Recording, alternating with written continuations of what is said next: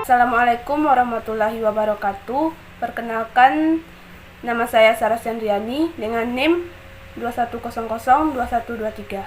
Saya merupakan mahasiswa Prodi Administrasi Pendidikan.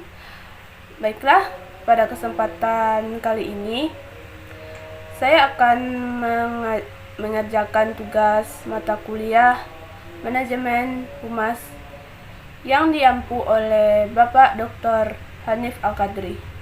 Pada tugas tersebut, mahasiswa diminta untuk menganalisis kembali video yang telah disajikan di YouTube yaitu tentang membangun citra lembaga. Baiklah, langsung saja bahwa setiap perilaku atau gerakan dan kegiatan yang dilakukan bahwa akan ada orang yang melihat dan menilai, dan itu akan menjadi sebuah persepsi orang lain terhadap kita. Jadi, kalau salah melangkah dan melakukan sesuatu, itu akan menjadi sebuah penilaian yang terkadang seumur hidup tidak akan berubah. Jadi, kita harus mengingat, sekali orang menilai negatif, maka selamanya orang itu menjadi cap negatif buat kita. Dengan itu, kita harus menjadi image sedemikian rupa dan berlaku sebaik mungkin.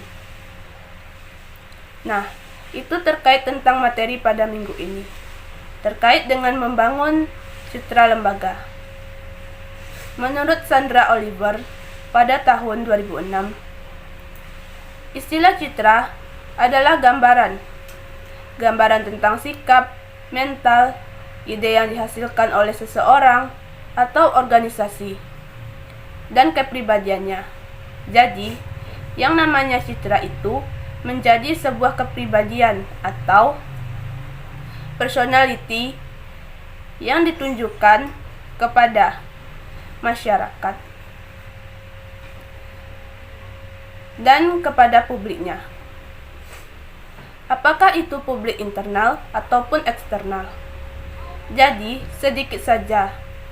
Satu kesalahan, kadang-kadang image itu yang akan dibawa oleh orang lain, oleh publik, tentang seberapa hebat atau gagalnya kita sebagai pribadi di mata orang lain. Maka, terkadang istilahnya jika melakukan sesuatu atau berbuat sesuatu, harus berpikir dan harus didesain sedemikian rupa supaya kita tidak salah mengucapkan, tidak salah langkah, dan tidak salah berbuat. Karena kesalahan itu dianggap oleh publik dan masyarakat sekitar sebagai gambaran tentang diri kita. Istilah citra lahir dalam 3 konsep. Yang pertama yaitu penilaian, kedua tanggapan atau pendapat, dan ketiga gambaran dalam sesuatu. Terkadang kita tidak bisa menyalahkan orang lain. Kenapa dia menilai kita seperti itu? Padahal kita bisa kesal, apalagi perusahaan yang akan terkait dengan produk yang bisa merusak nama baik perusahaan atau lembaga akibat disampaikan oleh publik. Tetapi, publik tidak dapat disalahkan. Kenapa? Karena penilaian, gambaran, persepsi yang muncul di tengah-tengah masyarakat tentang kita atau perusahaan atau lembaga kita itu muncul akibat dari apa yang kita sampaikan. Apakah itu sadar atau tidak sadar? Karena yang namanya komunikasi itu jauh lebih baik dipercaya adalah non-verbalnya ketimbang verbal.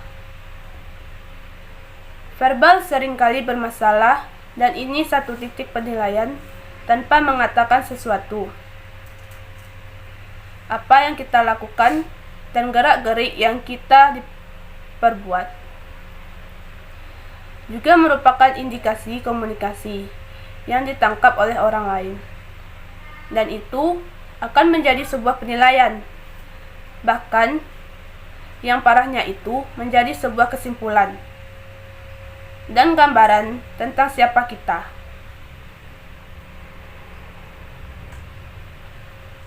Karena istilah image bisa dianggap sebagai picture of mind, jadi itu akan menjadi cerminan dalam pikiran orang lain. Maka, hidup di dunia dibawa ke pribadi yang harus mikir terlebih dahulu, mengucapkan sesuatu dan berkomunikasi, akan mengatakan apa dan kepada siapa dan caranya gimana, intinya apa, waktunya kapan, apakah tepat atau tidaknya.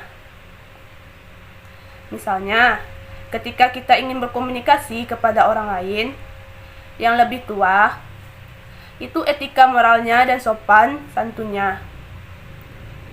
Karena persepsi yang muncul di lawan bicara kita tadi itu akan dipublish ke orang lain. Karena itu, iklan berjalan tanpa dibayar menjadi corong waktu yang bisa menyebar kepada siapapun. Apalagi sebuah lembaga besar, sebuah perusahaan, sebuah organisasi. Maka public relation atau PR mempunyai tugas yang sangat berat untuk menciptakan member juga dan mempertahankan citra perusahaan atau lembaganya. Jadi, dapat kita simpulkan citra itu apa? Citra artinya penilaian, citra artinya gambaran, dan citra artinya sebuah anggapan atau pendapat atau pandangan yang sudah disimpulkan akibat stimulus yang diberikan. Kalau itu perusahaan atau lembaga itu akan jauh lebih luas, artinya adalah yang menilai, yang mempunyai anggapan, yang membentuk gambaran yang disebut picture of mind. Maka, pada akhirnya adalah republik kita. Publik internal dan publik eksternal. Yang terakhir, manfaatnya adalah citra itu yang terbaik, yang sudah terbentuk menjadi perisai di saat lembaga atau perusahaan mengalami krisis pada suatu saat. Orang tetap akan percaya dan dikasih kepercayaan, karena selama mutu dan kualitas yang dihasilkan, justru masyarakat dan publik itu menjadi tameng yang akan membela ketika citra positif itu sudah terbentuk. Maka sangat berbahagia jika suatu perusahaan atau lembaga sudah memiliki persepsi positif dari masyarakat. Sekian dari saya tentang menjaga citra lembaga kali ini. Jika ada salah dan kata, saya mohon maaf. Saya tutup dengan Assalamualaikum warahmatullahi wabarakatuh.